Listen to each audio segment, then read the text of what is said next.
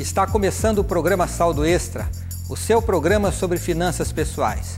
Eu quero mais uma vez agradecer sempre pela sua audiência e pela sua companhia conosco. Esteja sempre ao nosso lado e recomende o nosso programa para os seus amigos, os seus familiares e sempre mantenha contato conosco aqui no seu Saldo Extra na sua TV Novo Tempo. O programa de hoje será um pouco diferente, mas ele será muito informativo. Eu quero lhe convidar para que fique aí, para que não saia da cadeira. Nós vamos apresentar um vídeo que talvez você já tenha visto, mas que mostra de uma forma bem objetiva e interessante como as coisas funcionam nesse mundo altamente industrializado, com a produção dos mais diversos bens de consumo que deveriam servir para o nosso bem-estar. Mas, infelizmente, não é isso que está acontecendo. Em muitos casos, prejudicam a nossa vida, o nosso meio ambiente, o nosso planeta, que é a casa que nosso Deus nos concedeu. A história das coisas é narrada pela ativista Annie Leonard. Ela passou 10 anos viajando pelo mundo em atividades contra a agressão ao meio ambiente. Nessas viagens, Annie conseguiu ter uma bela visão de como funciona nosso meio de produção hoje em dia. Viu quanto errado ele está e decidiu alertar de uma maneira muito simples e explicativa através desse vídeo. O vídeo é voltado para a população americana, por um motivo muito simples. É que os americanos consomem nada mais, nada menos que 20% de todos os recursos produzidos em nosso planeta. Mas é claro que se aplica a todos ao redor do mundo, inclusive a nós aqui, os brasileiros. E o nosso convite aqui do Saldo Extra é para você acompanhar este vídeo e junto fazermos uma reflexão. Será que não existe algo que possamos fazer para mudar o quadro que veremos a seguir? Vamos depender apenas das autoridades ou eu posso dar minha parcela de contribuição individualmente? Nós não teremos um intervalo no programa de hoje. Por isso eu quero lhe convidar para que fique conosco, para que ao final do vídeo possamos pensar em que realmente estamos colaborando ou não para o mundo que está ao nosso redor. Vamos agora acompanhar o vídeo intitulado A História das Coisas.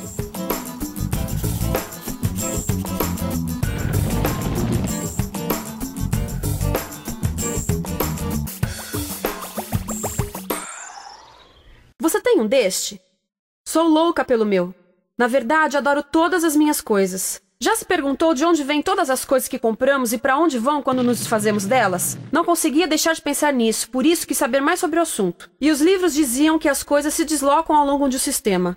Da extração, para a produção, para a distribuição, para o consumo e para o tratamento de lixo. Isso tudo se chama a economia de materiais. Bem, estudei um pouco mais. Eu passei 10 anos viajando pelo mundo, atrás de pistas de onde vêm as nossas coisas e para onde vão. E sabe o que eu descobri? Esta não é toda a história. Falta muita coisa nessa explicação. Em primeiro lugar, neste sistema parece que está tudo bem, sem problemas. Mas, na verdade, é um sistema em crise, porque trata-se de um sistema linear. E nós vivemos num planeta finito. E não se pode gerir um sistema linear num planeta finito, indefinidamente. Em todas as suas etapas, este sistema interage com o mundo real. A vida real não acontece numa página em branco. Interage com sociedades, culturas, economias, o ambiente. E durante as etapas, a vida vai se chocando contra seus limites.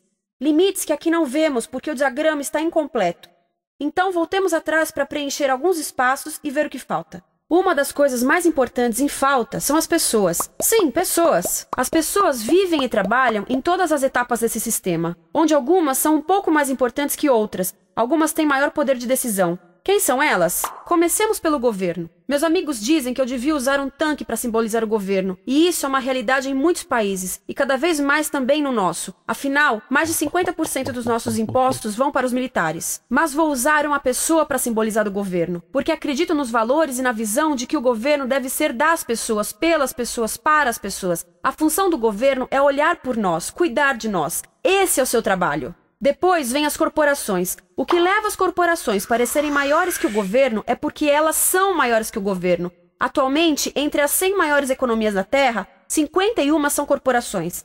À medida que as corporações foram crescendo, em tamanho e poder, assistimos a uma pequena mudança no governo, como se estivessem mais preocupados com o bem-estar deles do que com o nosso. Muito bem, então vejamos o que mais falta nessa imagem. Começaremos pela extração, que é uma palavra pomposa para exploração de recursos naturais, que por sua vez é uma palavra pomposa para destruir o planeta. A verdade é que cortamos as árvores, arrebentamos as montanhas para extrair os metais, consumimos toda a água e exterminamos os animais.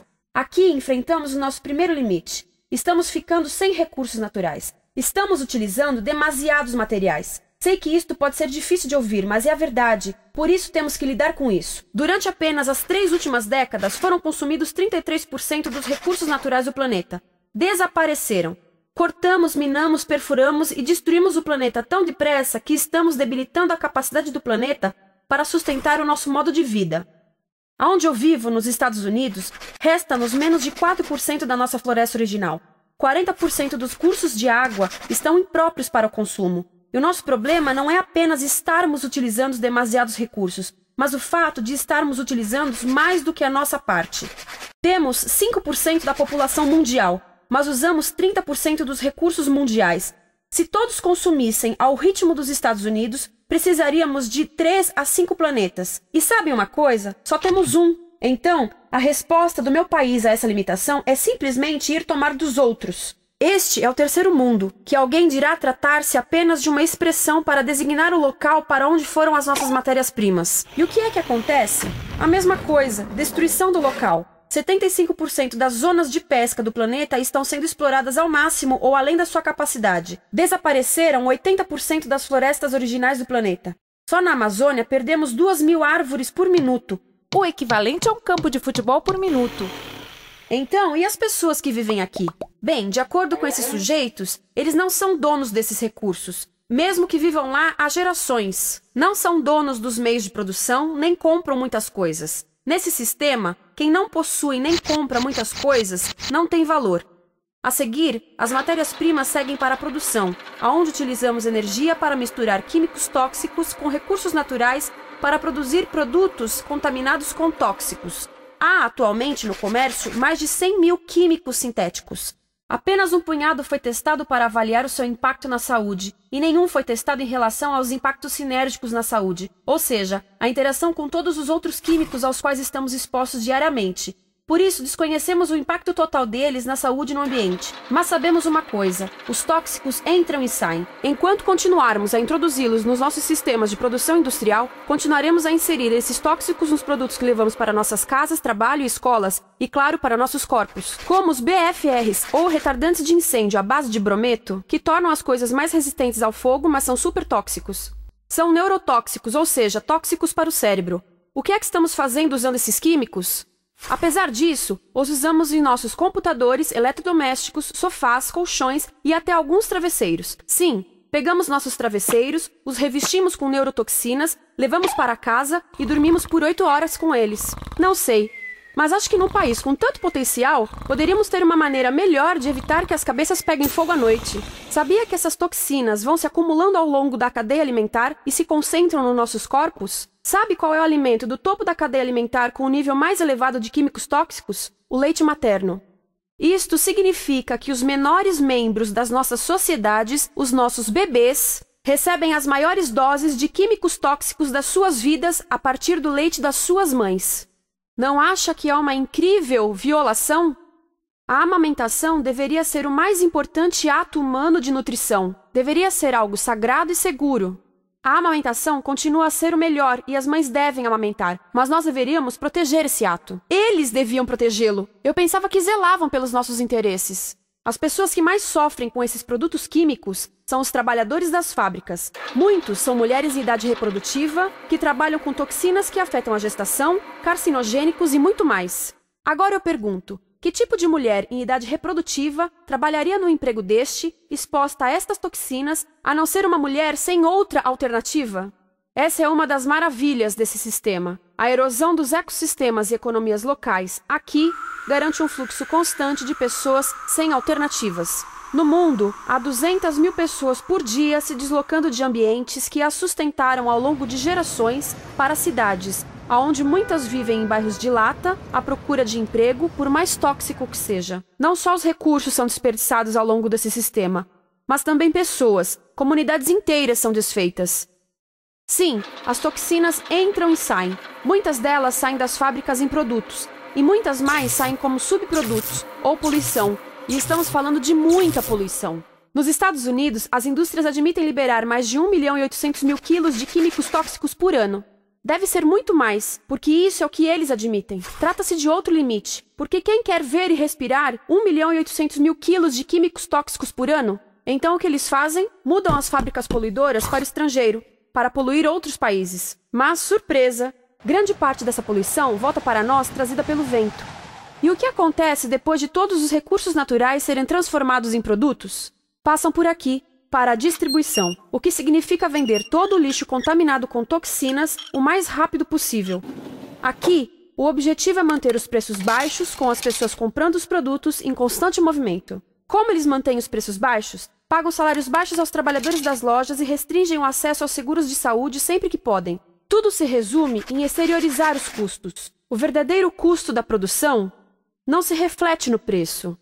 Em outras palavras, não pagamos aquilo que compramos. Outro dia estive pensando nisto. Ia a caminho do trabalho e queria ouvir as notícias. Por isso entrei numa loja para comprar um rádio. Encontrei um pequeno rádio verde engraçado que custava $4,99. Na fila do caixa pensei, como $4,99 podem refletir o custo da produção e transporte desse rádio até ele chegar nas minhas mãos? O metal deve ter sido extraído na África do Sul. O petróleo provavelmente do Iraque. O plástico produzido na China e talvez montado por uma criança de 15 anos numa fábrica do México. $4,99 não paga nem o aluguel do espaço ocupado na prateleira, nem parte do salário do empregado que me atendeu, ou as viagens de navio e caminhão que o rádio fez. Foi assim que eu percebi que eu não paguei o valor do rádio. Então, quem pagou? Estas pessoas pagaram com a perda do espaço dos seus recursos naturais. Estas pagaram com a perda do ar puro, com o aumento de doenças como asma e câncer. As crianças do Congo pagaram com o seu futuro, pois 30% delas abandonam a escola para trabalhar nas minas de coltan, um metal que usamos em aparelhos eletrônicos baratos e descartáveis. Estas pessoas pagaram por não ter direito ao seguro de saúde. Ao longo desse sistema, pessoas contribuíram para que eu comprasse o rádio por $4,99, mas essas contribuições não são registradas por nenhum contabilista. É isto que eu quero dizer com exteriorizar o verdadeiro custo de produção. E isso nos leva à seta dourada do consumo. O coração do sistema, o motor que impulsiona. É tão importante proteger esta seta que se tornou prioridade daqueles dois sujeitos. É por isso que após o 11 de setembro, quando nosso país estava em choque, o presidente Bush poderia ter sugerido fazer luto, rezar, ter esperança, mas não, ele disse para fazermos compras. Compras! Nos tornamos uma nação de consumidores. Nossa principal identidade passou a ser de consumidores. Não mães, professores, agricultores, mas consumidores. Nosso valor é medido e demonstrado pelo quanto contribuímos para esta seta. Quanto consumimos. Não é isso que fazemos? Compramos, compramos, compramos. Manter os produtos circulando. E como circulam? Sabe qual a porcentagem dos produtos que circulam através desse sistema que ainda são usados 6 meses depois da venda na América do Norte? 50%? 20%? Não, 1%. 1. Em outras palavras, 99% das coisas que nós cultivamos, processamos, transformamos, 99% das coisas que percorrem o sistema são lixo em menos de 6 meses. Como é que podemos gerir um planeta com esse nível de rendimento? Mas não foi sempre assim. Hoje, o consumidor médio americano consome o dobro que há 50 anos. Pergunte à sua avó. No tempo dela, a boa gestão, a engenhosidade e a poupança eram valorizados. Então, como é que isso aconteceu?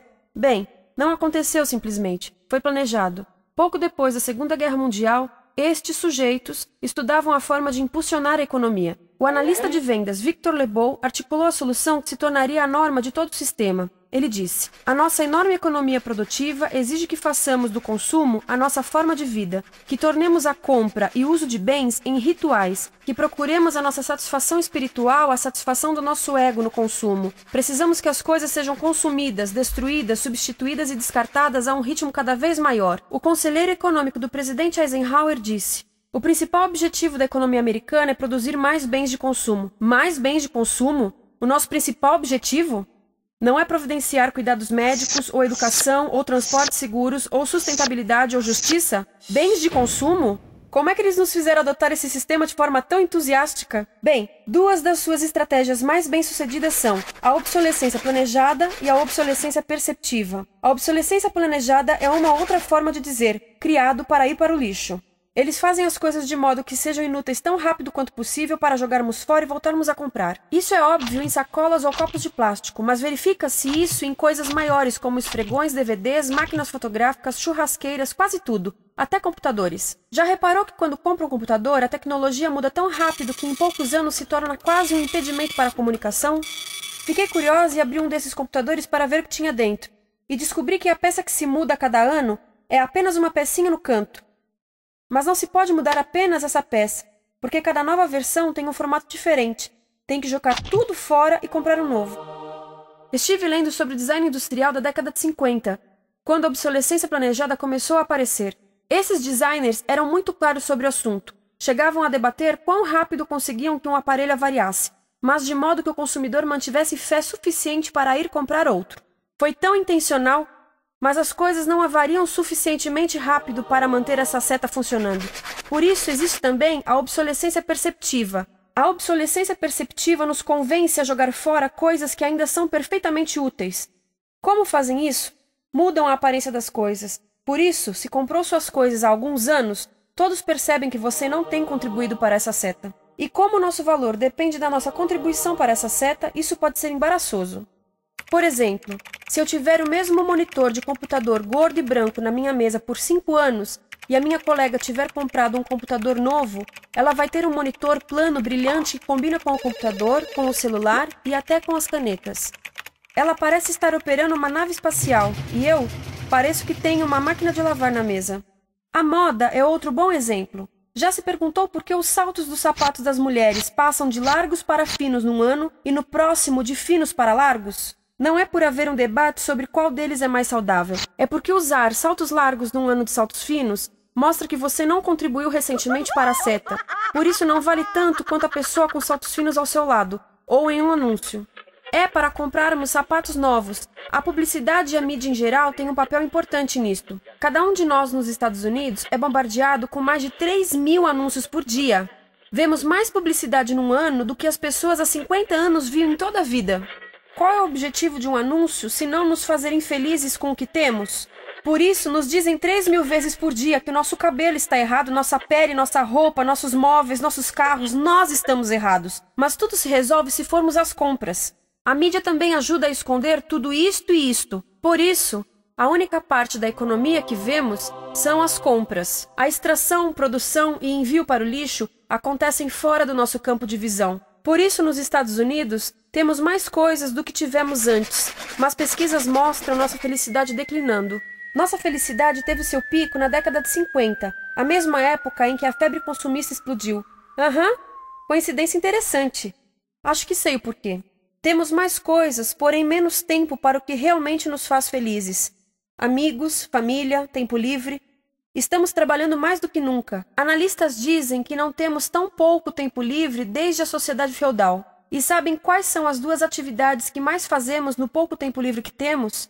Ver televisão e fazer compras. Nós, americanos, passamos 3 a 4 vezes mais tempo comprando do que os europeus. Assim, nessa situação ridícula, vamos trabalhar talvez em 2 empregos, e quando chegamos em casa exaustos e sentamos no sofá novo para ver televisão, os anúncios dizem que não prestamos, então vamos às compras para nos sentirmos melhor. Depois trabalhamos mais para pagar o que compramos e chegamos em casa mais cansados, vemos mais televisão que nos diz para fazermos compras outra vez. E estamos nesse ciclo de trabalhar, ver, comprar, e podíamos simplesmente parar. Então, no final, o que acontece a todas essas coisas que compramos? Nesse ritmo de consumo, não cabe tudo em casa, apesar do tamanho médio das casas ter duplicado nesse país desde os anos 70. Vai tudo para o lixo, e isso nos leva ao tratamento do lixo. Essa é a parte da economia de materiais que conhecemos melhor, porque nós temos de levar o lixo até a esquina. Cada americano produz 2 quilos de lixo por dia, o dobro do que fazíamos há 30 anos. Todo esse lixo ou é despejado num aterro, que é um grande buraco no chão, ou ainda pior, primeiro é incinerado e depois despejado no aterro. As 2 formas poluem o ar, o solo, a água, sem esquecer que alteram o clima. A incineração é realmente ruim. Lembra daqueles tóxicos da fase da produção? Bem, queimar o lixo libera esses tóxicos no ar. Pior ainda, produz supertóxicos novos, como a dioxina. A dioxina é a substância mais tóxica feita pelo homem, e os incineradores são a principal fonte de dioxina. Isso significa que podemos parar a principal fonte da mais tóxica substância conhecida e feita pelo homem, simplesmente parando de queimar o lixo. E podemos parar hoje. Algumas empresas não querem criar aterros e incineradores aqui. Por isso, também exportam os resíduos. Então, e a reciclagem? A reciclagem ajuda?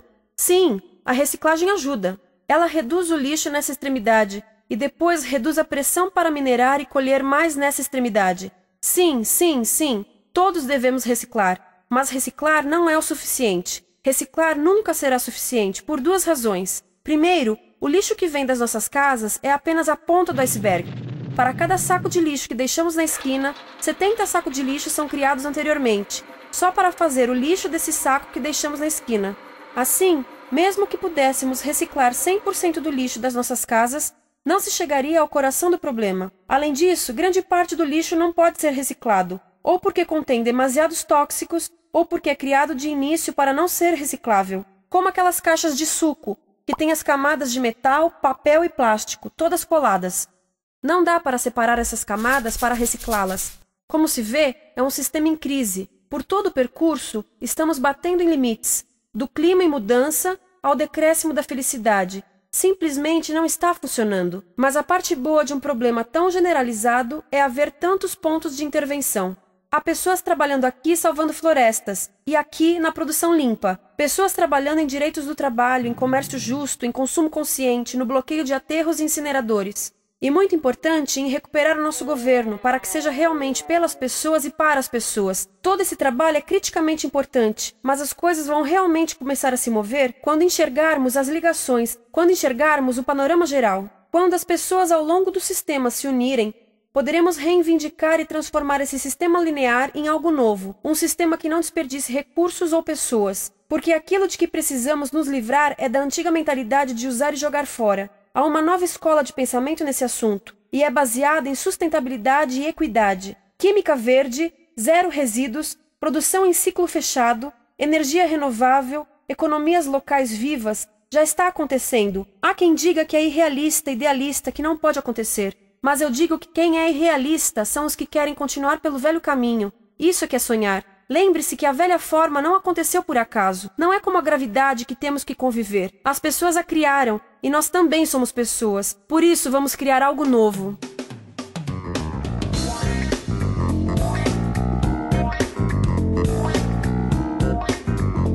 Olha quanta coisa interessante, quanta informação nós recebemos nesse vídeo. Provavelmente você deve estar pensando em coisas que já desejou comprar, que já usou e as descartou. Mas provavelmente você deve estar pensando agora para onde essas coisas foram, não é mesmo? E qual o efeito disso tudo hoje no mundo? Da extração e produção até a venda, consumo e descarte, todos os produtos em nossa vida afetam as comunidades, afetam as sociedades, não somente onde nós vivemos, mas ao redor do mundo como um todo. Numa tentativa de mostrar o real custo de nosso hábito consumista, o vídeo consegue, de uma forma muito clara, esclarecer e nos conscientizar a nós repensarmos as nossas atitudes. É realmente a hora de despertar em nós a importância de lutarmos por mudanças e, por que não dizer, aprimoramentos no meio ambiente e na qualidade de vida a partir de algumas ações. Poderíamos falar sobre produções sustentáveis, adoções de tecnologias limpas e, principalmente, o consumo consciente. Precisamos preservar a natureza. Este planeta foi um presente que Deus nos deu. Mesmo sabendo que estamos aqui de passagem, temos que cuidar desta casa. Temos muito que aprender do mundo à nossa volta e temos muito que fazer também. A destruição da terra é mais um sinal do pecado que entrou neste mundo e do abuso descontrolado dos recursos produzidos aqui na terra. Deus fez as coisas para serem usadas de maneira correta, de maneira inteligente e as pessoas para serem amadas. Quando este vídeo nos mostra como o mundo mudou e como as coisas foram deturpadas, isso nos diz que as pessoas estão usando as pessoas e, infelizmente, amando as coisas. E quando isso acontece, a ordem muda e todo esse ciclo de respeito ao ser humano e de apego às coisas terrestres acontece. E isto é um grave erro. Isso não deveria acontecer. Nós temos que ter a consciência, temos que fazer uma decisão e mudar as coisas. Eu quero terminar este programa confirmando esta consciência que nós devemos ter, lendo o Salmo 95. Eu quero ler com vocês o Salmo 95, dos versos 3 ao verso 8, onde a palavra de Deus diz o seguinte: Porque o Senhor é o Deus supremo, e o grande rei acima de todos os deuses. Nas suas mãos estão as profundezas da terra, e as alturas dos montes lhe pertencem. Dele é o mar, pois ele o fez, obra de suas mãos os continentes. Vinde, adoremos e prostemo-nos ajoelhados diante do Senhor que nos criou. Ele é o nosso Deus, e nós povo de seu pasto, e ovelhas de sua mão. Se ouvide e oudes a sua voz, não endureçais o vosso coração. Se a voz de Deus te tocou hoje com o programa Saldo Extra, que você tome decisões, você possa fazer escolhas sábias para proteger a sua fé, a sua família, a sua saúde, o nosso meio ambiente, proteger esta casa que Deus nos deu. Fazemos assim a sua vontade. Estaremos honrando e glorificando o nome de Deus. Um grande abraço do seu programa Saldo Extra e nos vemos na próxima semana. Até lá!